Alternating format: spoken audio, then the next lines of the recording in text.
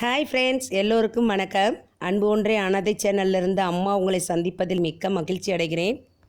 அப்பத்தா, எனக்கு ஒரு கதை சொல்ல அப்பத்தா. கதை சொல்லவா? சரி வா, சொல்கிறேன் வா.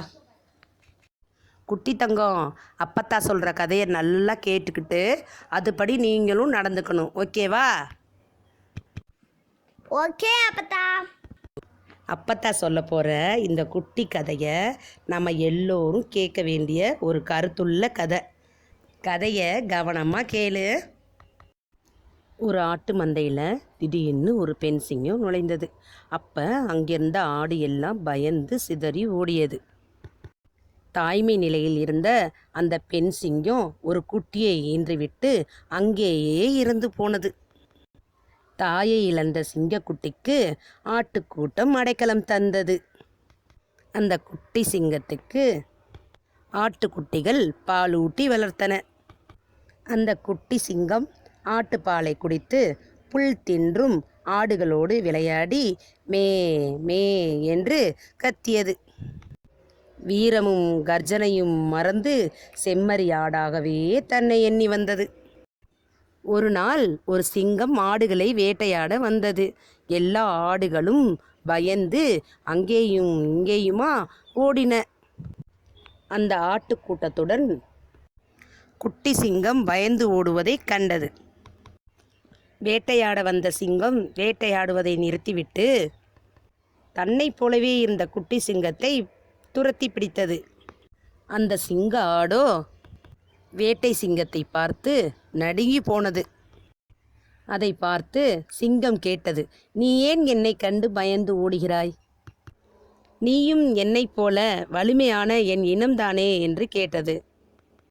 அதற்கு அந்த சிங்க ஆடு மே மே என்று கத்தியபடி பதில் சொன்னது.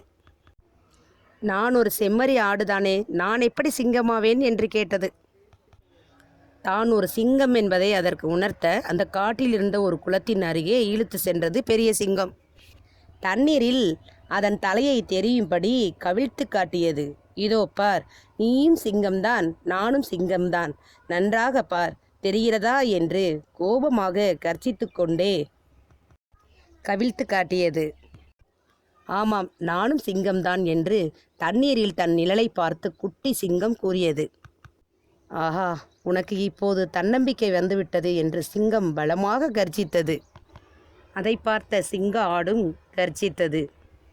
அதன் புதிய கர்ஜனை காடு முழுவதும் எதிரொலித்தது. தான் ஒரு சிங்கம்தான் என்ற தன்னம்பிக்கை வந்ததால் அது செம்பரி ஆட்டுக்கூட்டத்தை விட்டு வெளியே சுதந்திரமாக சுற்றித் திரிந்தது. விதியாலும் பிறர் செய்த சதியாலும் படுகுழியில் விழுந்தாலும் உன்மதிக்கொண்டு எழுந்து வா தோழா, விதியையும் சதியையும் உன்மதிக்கொண்டு மிதித்திடு தோழா. ஆம், என் அன்பு நண்பர்களே, மனிதர்கள் தங்கள் சக்தியை புரிந்து கொள்ளாதவரை செம்மறி ஆடுகளைப் போல நடந்து கொள்கிறார்கள். புரிந்து கொண்டாலோ அப்போதே சிங்கத்தைப் போலவே வலிமையுடையவராய் ஆகிறார்கள். மனித மனம் அளப்பரிய சக்தி கொண்டது. ஒன்றை நினைத்தால் அதை நிச்சயம் அடையக்கூடிய சக்தியை தரவல்லது. எழுந்திருங்கள், துணிவோடு நில்லுங்கள், உங்களை சுற்றி பிணைக்கப்பட்டு உள்ள தலைகளை அறுத்து எறியுங்கள். உங்களால் நிச்சயம் சாதிக்க முடியும். கண்டிப்பாக இந்த கதை உங்களுக்கு பிடிச்சிருக்குன்னு நம்புகிறேன். பிடிச்சிருந்தா லைக் பண்ணுங்கள், ஷேர் பண்ணுங்கள், சப்ஸ்கிரைப் பண்ணுங்கள்.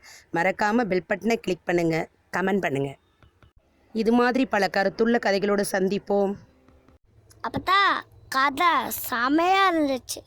தேங்க்யூ டி. வாழ்க வளமுடன், வாழ்க பல்லாண்டு. நன்றி, வணக்கம்.